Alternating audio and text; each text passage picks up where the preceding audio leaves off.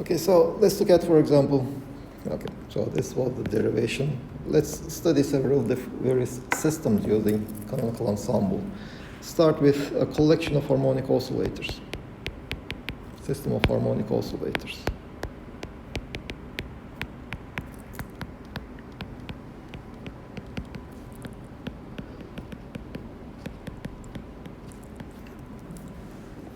Non-interacting harmonic oscillators. So we still have the n particle partition function is z1 to the n divided by n factorial. Z1 is the partition function for a single oscillator.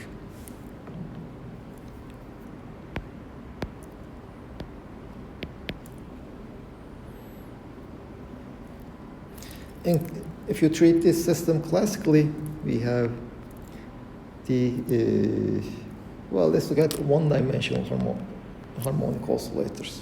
It doesn't really matter. In three-dimensional harmonic oscillators, you just treat each oscillator as three one-dimensional oscillators.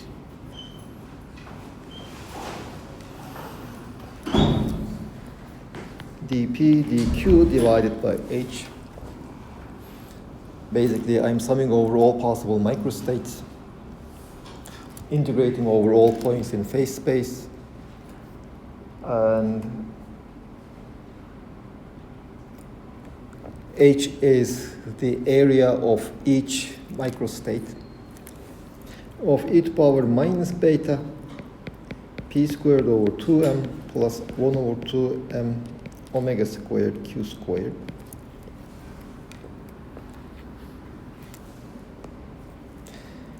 Well, they are both Gaussian integrals. Both p and q integrals are Gaussian integrals. With the p integral, we'll give 1 over h. The p integral will be pi over beta over 2m under the square root. Q integral will be pi over 1 over 2m omega squared under the square root.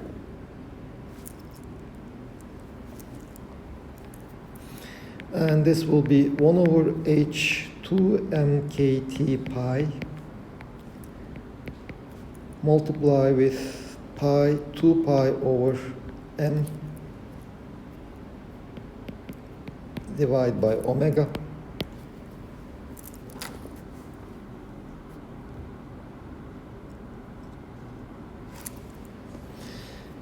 well, the m's will cancel. I will end up having let's see, 2 pi over h bar omega. Oh, sorry, here I also have a beta. So there is also a kt, 2 pi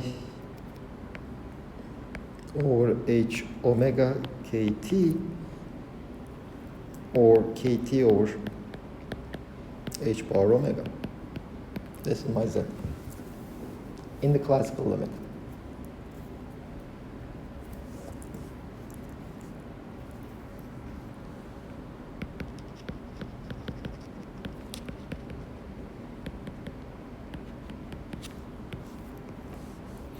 This is Z1. Zn is kt over h bar omega raised to the power n divided by 1 over n factorial.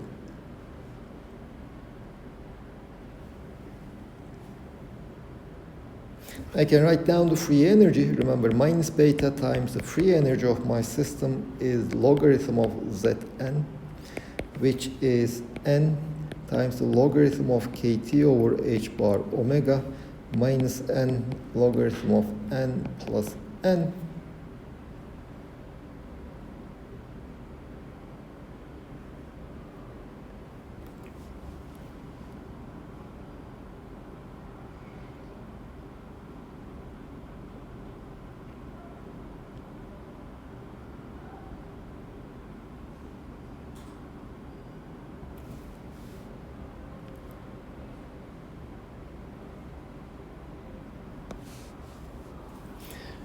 And if you take the derivative with respect to temperature, you get the entropy, etc. Let's do the quantum mechanical treatment before analyzing it further.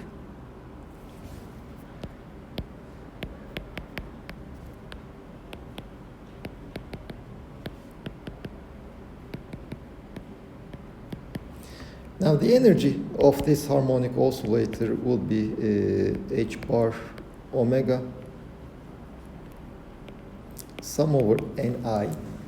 I'm just ignoring the 0-point energy. That's why I don't have 1 over plus 1 over 2 over here. This sum is over all the oscillators in my system. I have n oscillators, so this is my energy. Now the partition function for this system will be sum over e to power minus beta e, or now the microstate of my system is given by all these integers ni of e to power minus beta h bar omega sum over I 1 to n of ni, which I can also write as sum over all these integers, but note that I'm not imposing any condition on the ni. The sum can be any value. All of them can be 0, all of them can be, I don't know, 1,000. There are no restriction on the sum of these ni's. Now here, the exponent of a sum is the product of the exponents.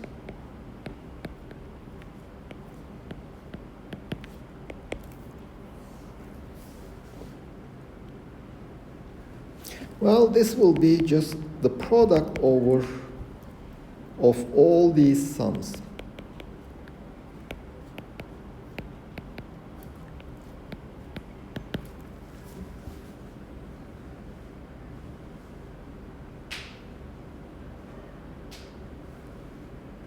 Did I lose you in this transition? Let me be a bit more explicit maybe. This is n0 goes from 0 to infinity, and 1 goes from 0 to infinity, and n goes from 0 to infinity of e to power minus beta h bar omega n0 times the rest.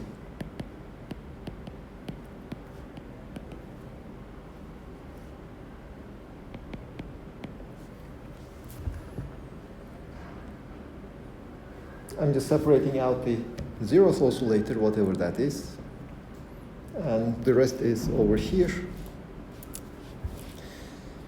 Now, this term is independent of n1, independent of nn, n2, etc. So I can move that exponent out of all of those summations. So, and I end up having sum over n0 from 0 to infinity e to power minus beta h bar omega n0 times n1 and n, each of these from 0 to infinity of this product.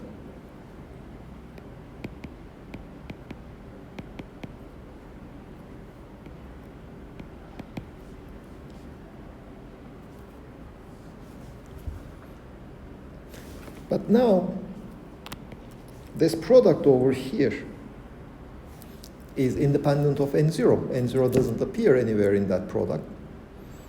So I can take it out of the summation. So this is equal to sum over n1 and n from 0 to infinity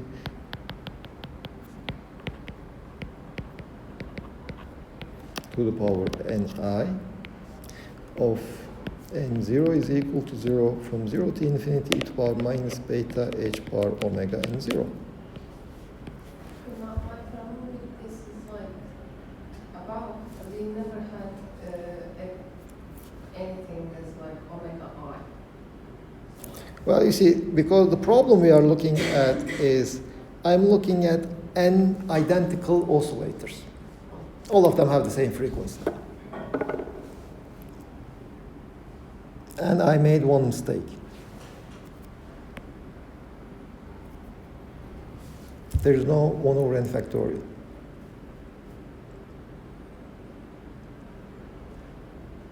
There's no 1 over n factorial because oscillators, they are fixed around their equilibrium points. They cannot exchange. You see, we had this 1 over n factorial for gases. Because as the system evolved, one gas atom here, another gas atom over here, they could just exchange. So this was, I mean, if we thought that 1 over n factorial, we treated these as two different microstates, which they are not. They should be the identical microstates. But harmonic oscillators, they are fixed around the location. If I have one oscillator here, another one over there, for example, this is a model of a solid, well, there's no way they will be exchanged. I'm not counting them. I don't have any exchange of these oscillators. They are bound to their equilibrium point. That is why I don't need to divide by n factorial, and hence I don't have all these terms.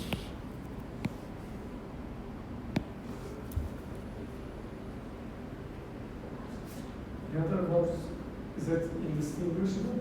No, they are distinguishable, the oscillators. Although they are identical, they are distinguishable because you see, if you have indistinguishable particles, I mean, you can, classically speaking, you can still distinguish them by following their trajectory. Quantum mechanics tells us that no, you cannot do that. So that's why we divide by 1 over n factorial. But oscillators are fixed around their equilibrium point. We can use their equilibrium point to distinguish one oscillator from the other one.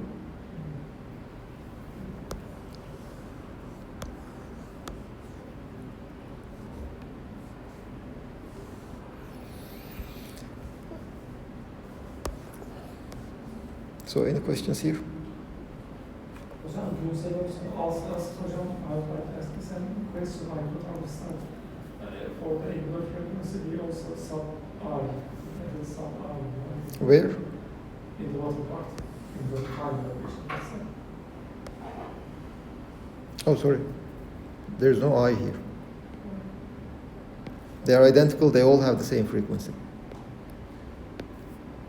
By the way, they don't need to have the same frequency anyway.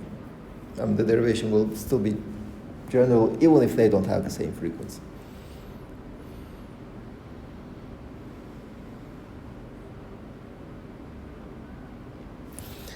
And, well, basically what happened was this sum is identical to my initial sum with one less summation. And that summation is over here. So I can just separate all the oscillators in this way, and I will end up having product like sum over n0 from 0 to infinity e to power minus beta h power omega n0, sum n1 from 0 to infinity e to power minus beta h power omega n1, sum n from 0 to infinity e to power minus beta h power omega and n. Each one of these are identical sums, and they have the value 1 over e to power minus beta h power omega n0 minus 1. No n0. Raised to the power n. This is my z.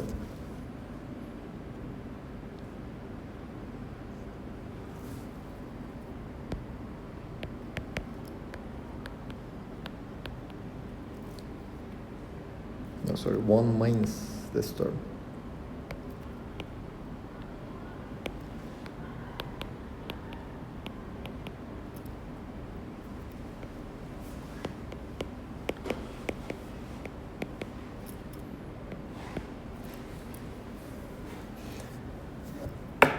So I have the minus beta times the free energy is n times logarithm of 1 minus e to power minus beta h power omega.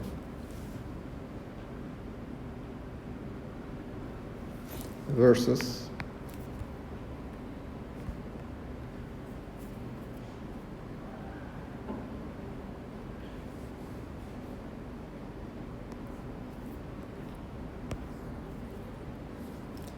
minus beta f is equal to, oops, sorry.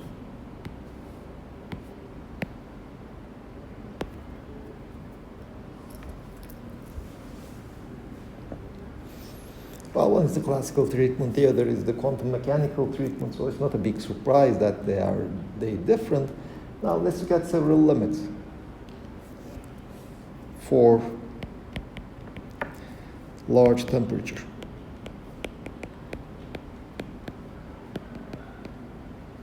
For large temperature, we do expect to recover the classical result. Is it equal to something n or minus n? Minus n. Sorry, there's a minus here. Right. So large temperature means beta small beta. Because remember, beta is 1 over kT. Now the problem is, if you have a temperature, it has units. You cannot say that a quantity with units is large or small. It just doesn't make any sense. The only thing that can be large or small are dimensionless quantities. So here, large temperature basically means when beta or 1 over kT is much, much less than h bar omega. Or h bar omega,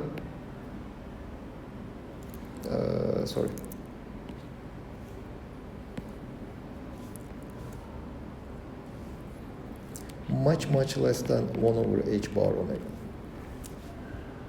Or h bar omega over kT, which is h bar omega beta, is much less than 1.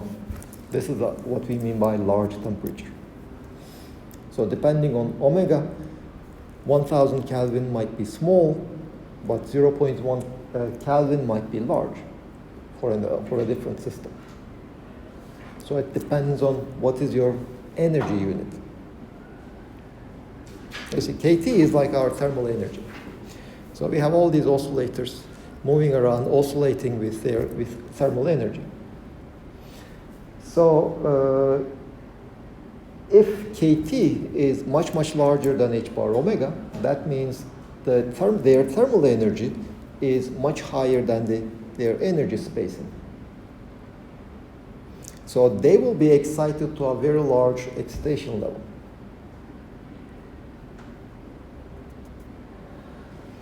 And hence, large quantum numbers should correspond to results of classical mechanics. So that's the correspondence principle that you see in your quantum mechanics courses. So in this limit, let's look at this one, 1 minus e to power minus beta h bar omega. You see, beta h bar omega is much smaller than 1 in the large temperature limit. This is equal to 1 minus, if the beta h bar omega is much less than 1, that exponent is approximately 1 minus beta h bar omega. This is beta h bar omega. So minus n logarithm of 1 minus e to power minus beta h bar omega as kT becomes much larger than h bar omega is just minus n logarithm of h bar omega over kT. What is the energy of this system? Well, let's calculate the entropy at large temperature. Entropy, remember, this is derivative of the free energy with respect to temperature. Or let me write the energy. Energy was the derivative with respect to beta of the logarithm of z, with a minus sign. We already know what logarithm of z is. This is the logarithm of z. This is equal to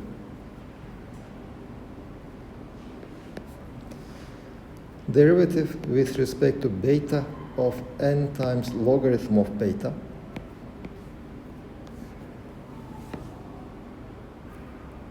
Because logarithm of z is minus n logarithm of h bar omega times beta. There is a minus sign over here, which cancels the overall minus in the logarithm of z. And logarithm of h omega times beta is logarithm of h bar omega plus logarithm of beta. H bar omega doesn't depend on beta, so it doesn't contribute to this derivative. So this is n over beta. So energy of my system is n kT. The omega doesn't contribute. You see, n times logarithm of beta plus n times logarithm of h bar omega. This is derivative with respect to beta of n times logarithm of beta. There's no omega there.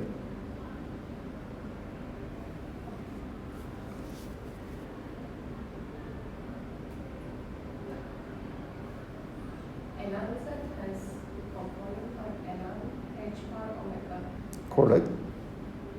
And when we put this in the beta derivative, Mm-hmm. shouldn't like an omega factor be sitting there?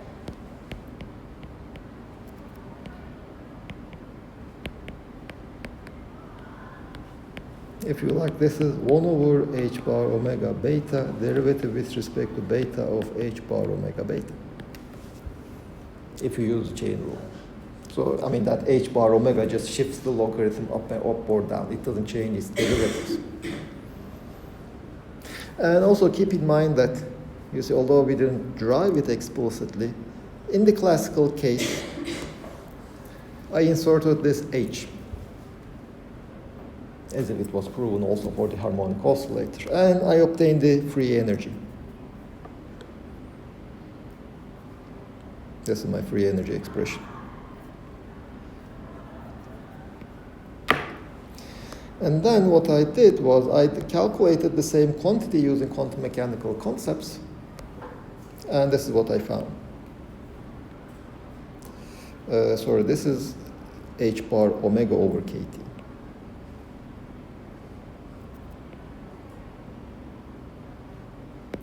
You see, this was plus. That's what I had derived, but this is minus n logarithm of h bar omega over kT. And you see, this is the quantum mechanical result, this is the classical result.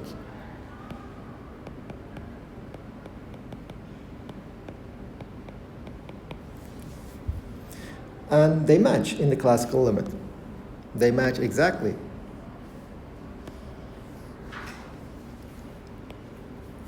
They match exactly in the classical limit with correct factors and constant everything. So this is basically another proof that in phase space, every microstate that is in one dimension occupies the volume given by h to the power whatever degree of freedom you have. So that factor h is also correct in this harmonic oscillator.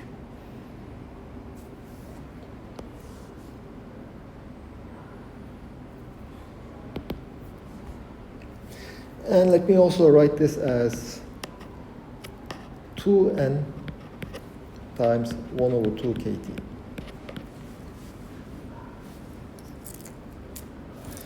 For the ideal gas, energy was 3 over 2 n kT, or let me write it as 3n times 1 over 2 kT.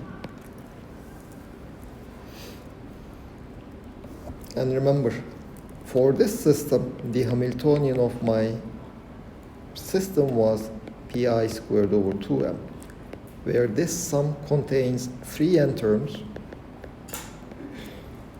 Here, for the harmonic oscillator, my Hamiltonian, let me write it here, is p squared over 2m plus 1 over 2m omega squared q squared.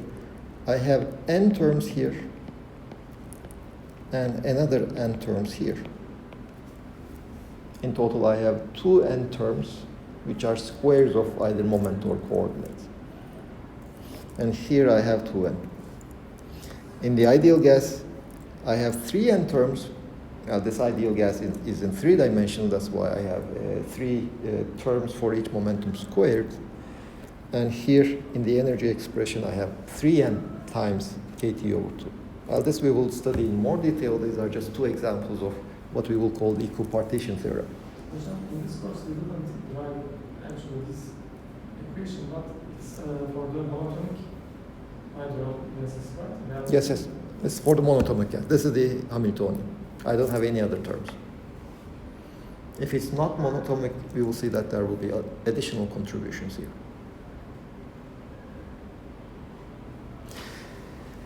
Now, let's look at the classical low temperature limit. So you see we have here, we looked at the large temperature limit of a collection of harmonic oscillators.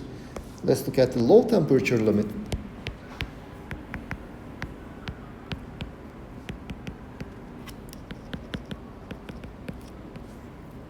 You see, in the low temperature limit, basically we have, if you consider h bar omega over kt, if t is small, meaning that kt is much, much smaller than h bar omega, well, that will basically mean that this thermal motion of these harmonic oscillators, thermal vibrations, will not be enough to excite higher energy levels. So almost all my oscillators will be in the ground state, with maybe a few in the excited state. This is much, much larger than 1, which tells me that e to power minus beta h bar omega is much, much less than 1. So let's look at our free energy partition function. This was our partition function.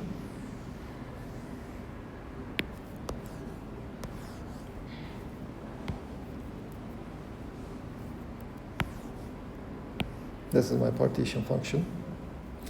So logarithm of z is minus n times logarithm of 1 minus e to power minus beta h bar omega. But keep in mind that logarithm of 1 plus x is approximately x if x is much, much less than 1. So logarithm of z is minus n times minus e to power minus beta h bar omega, approximately, or n times e to power minus beta h bar omega. The average energy of my system, U, was minus derivative of logarithm of z with respect to beta. This is n times h bar omega e to power minus beta h bar omega. This is the average energy of my system.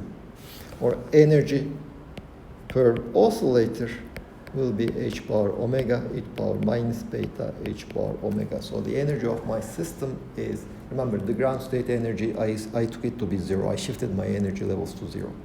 So the average energy per oscillator is exponentially suppressed. Now, in particular, if you calculate the specific heat, the heat capacity, which will be del U by del N, no, sorry, del U by del T,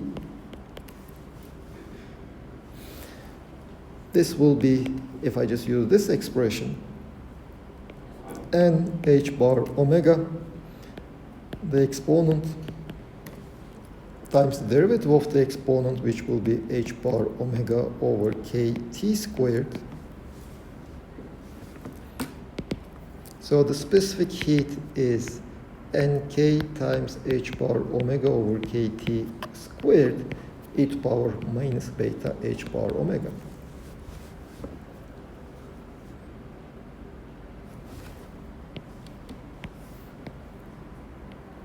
So if you would plot this as a function of omega, temperature, the heat capacity, at large temperatures, we are just seeing that it's just a constant. It will be nk. Or let me plot C over nk. At large temperature, it's just 1.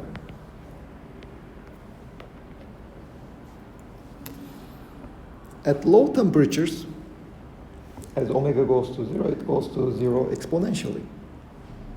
So it will essentially have such a graph.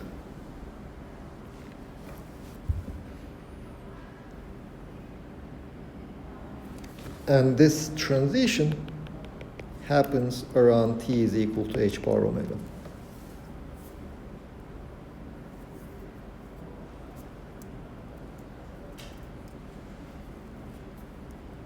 Below t is equal to h bar omega, the contribution to the specific heats will be negligible. Above h bar omega, they will contribute fully, and we have such a transition. Okay, in particular, you see, we had studied the ideal gas, and we have seen that the ideal gas has specific heat equal to some constant value. in the classical ideal gas. Plus, we even looked at the quantum mechanical case where we had these, we counted these integers, the quantum mechanical states of my oscillators, and we had seen that the specific heat was constant, 3/2 Nk. Now here, for the harmonic oscillator case, we also did more or less the same thing. If we looked at the high temperature case or the classical limit, here.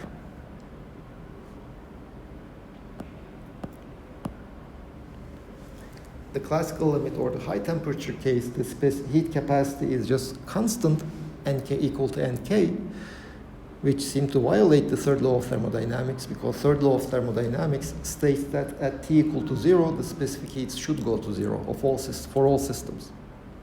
So here we see that actually proper treatment of this gas of harmonic oscillators does tell us that the specific heat goes to 0 at 0 Kelvin. It goes to 0 exponentially, in fact.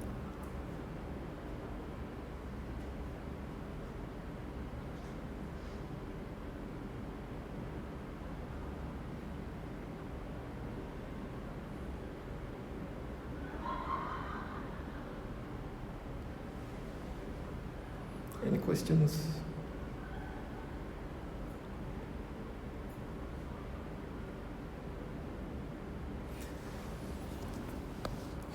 Now, in the microcanonical ensemble, we didn't study this harmonic oscillator.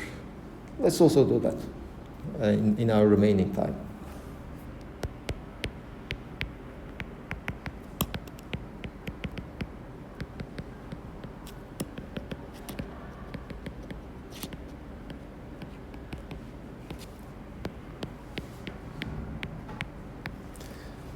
You see, the energy is given by this expression.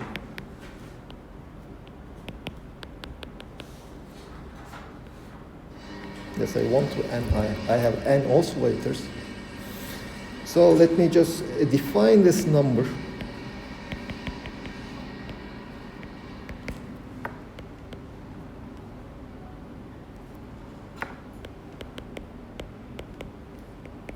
As some small epsilon. Now in the microcanonical ensemble, I have to find these integers ni. These are n integers, such that their sum is fixed. In how many ways can I find this? That will be the problem.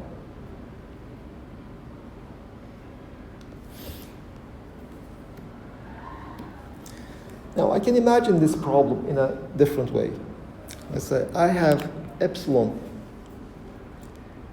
That is the sum. That's an integer. Let me imagine I have epsilon beads.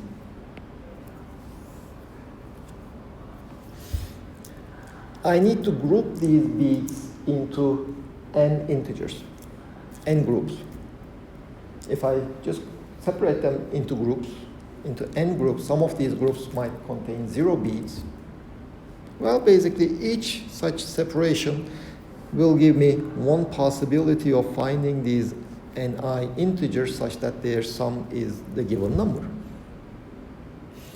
Well, how can I separate them? Well, I can put a separator here. So n1 is 2. Another one here. I can say that, okay, so that means n1 is 2, n2 is 1. I can put a third one here, which will tell me that n3 is 0. And just replace such separators. How many of them should I choose? N minus 1 of them. So I have my beads. I have a total of epsilon beads, epsilon points. I have n minus 1 separators. And each different way of positioning these separators among my beads will give me the set of integers which will satisfy this condition. Now the question is, in how many ways can I separate those separators? But that question is in fact nothing but, in how many ways can I order these beads and separators? In total, I have epsilon plus n minus 1 objects.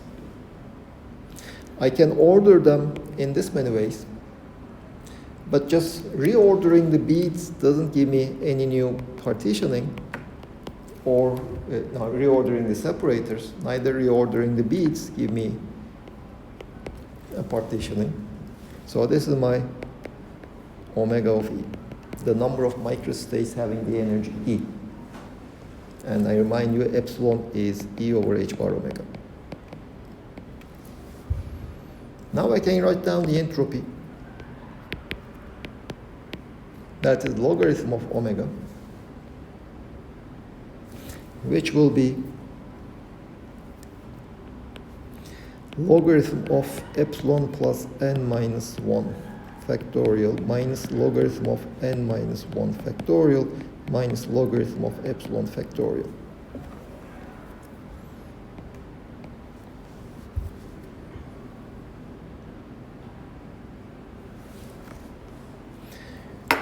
Epsilon is a huge number. In general, it will be a large number. If I am at the large temperature limit, let's say.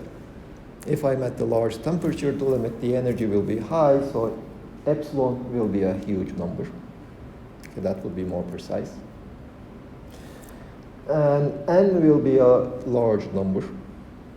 Basically, everything here will be a large number at large temperatures.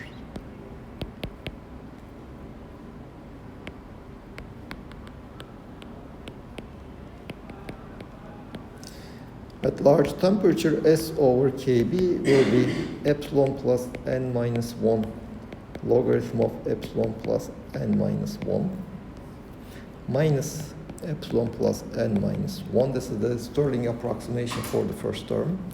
For the second term, I have minus n minus 1 logarithm of n minus 1 plus n minus 1. And for the last term, I have minus epsilon logarithm of epsilon plus epsilon. These, they cancel. And essentially, this is my result.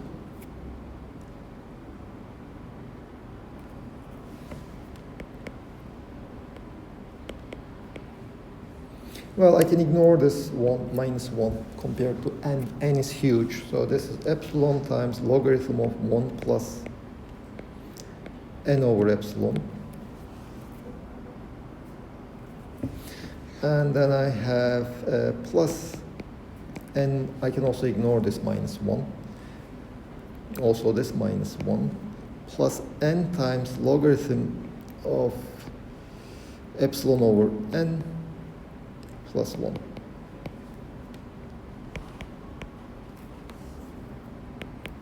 This is E over h bar omega, logarithm of 1 plus n h bar omega over E, plus n logarithm of E over n h bar omega plus 1. Hocam, can we make that plus minus once just at the beginning of the question, let's say? Yes. While constructing the whole equation of the microstates. At that point, we can also make that. Sure. Remember, n is 10 to the power 23. Yeah. So that's negligible. And we had already stated that even if you make a mistake in calculating omega E by a factor of n, since we are going to take the logarithm, again, it will be negligible. If you factor that minus 1s in both terms, I'm basically ignoring a factor of n over epsilon plus n. That's a factor of the order of 1. That doesn't make any change, any difference. So this is the entropy. Let's calculate the temperature.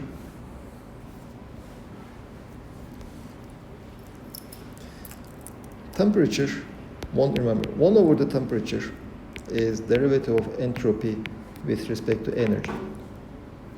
Or 1 over Kb times T is derivative with respect to energy of S over Kb.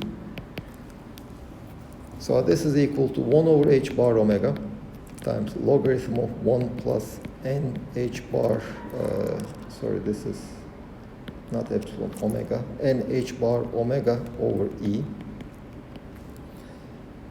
This is the derivative of the overall factor times the logarithm plus the overall factor times derivative of the logarithm, which will be minus n h bar omega over e squared divided by 1 plus n h bar omega over e. Now the derivative of the second term in the expression of the entropy, it will be plus n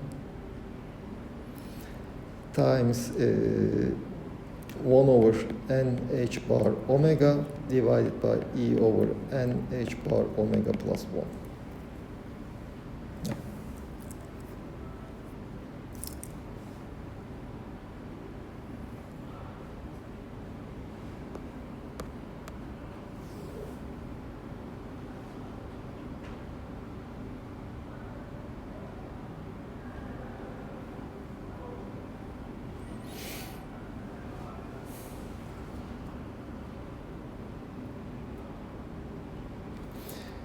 Now, I will make another large temperature approximation to simplify it.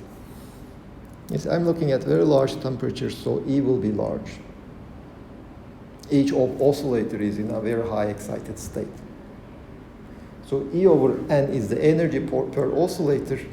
E over N over H bar omega is the excitation quantum number. So let me just assume that it is very large. I mean, this is correct, by the way. You can just leave it there. But to be able to compare this microcanonical result with the canonical result, I should be simplifying it, and simplification is easy in the large temperature limit. Because even this one, even without doing the large temperature approximation, you should get the same answer. But in the large temperature limit,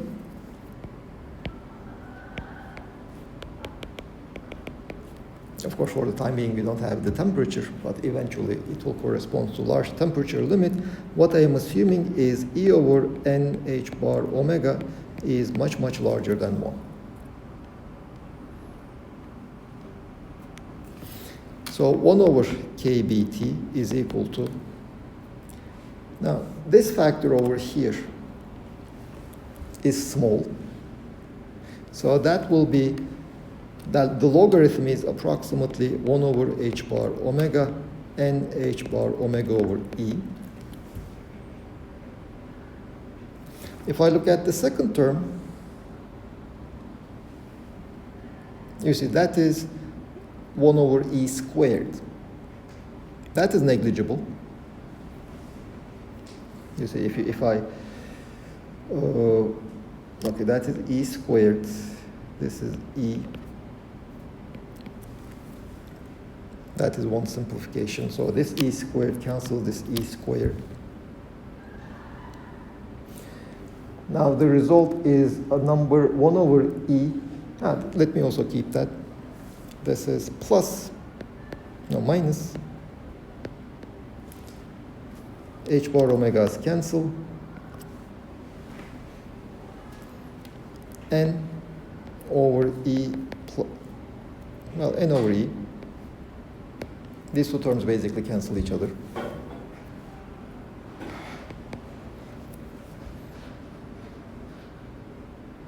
We can also think that, for example, h goes to 0 or Yeah.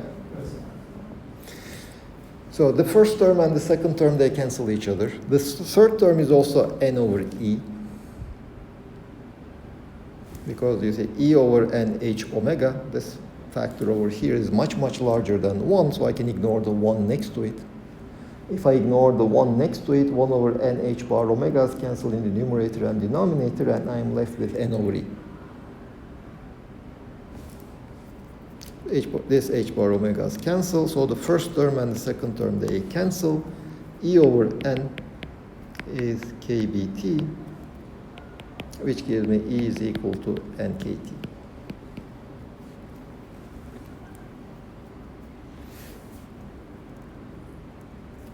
At least in the large temperature limit, now we have seen a case where the canonical ensemble and the microcanonical ensemble does give us the same answer.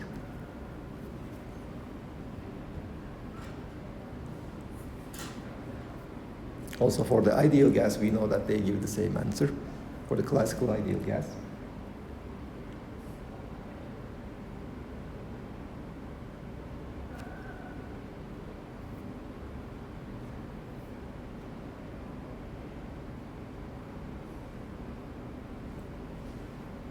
So any questions? Conceptual hocam sormak istersen both canonical and micro-canonical ensembles classically reduced to this form, right? Even quantum mechanically, they are equal. They should be equal. I didn't want to go and try to show that this entropy expression and the canonical entropy expression, they match.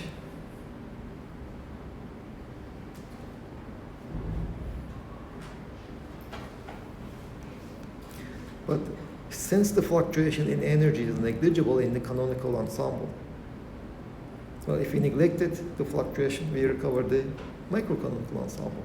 They have to be equal. Microcanonical and canonical ensemble, they always give the same answer. When we go to the grand canonical ensemble, we will see that they don't always agree. They need not always agree. Under special circumstances that we call phase transitions, during phase transition, they can disagree. Because the fluctuations turn out to be huge. But that is something that we will do in several weeks.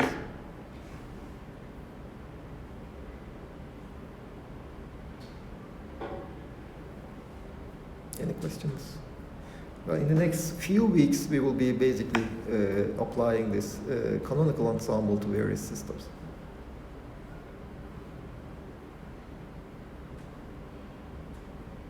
Question?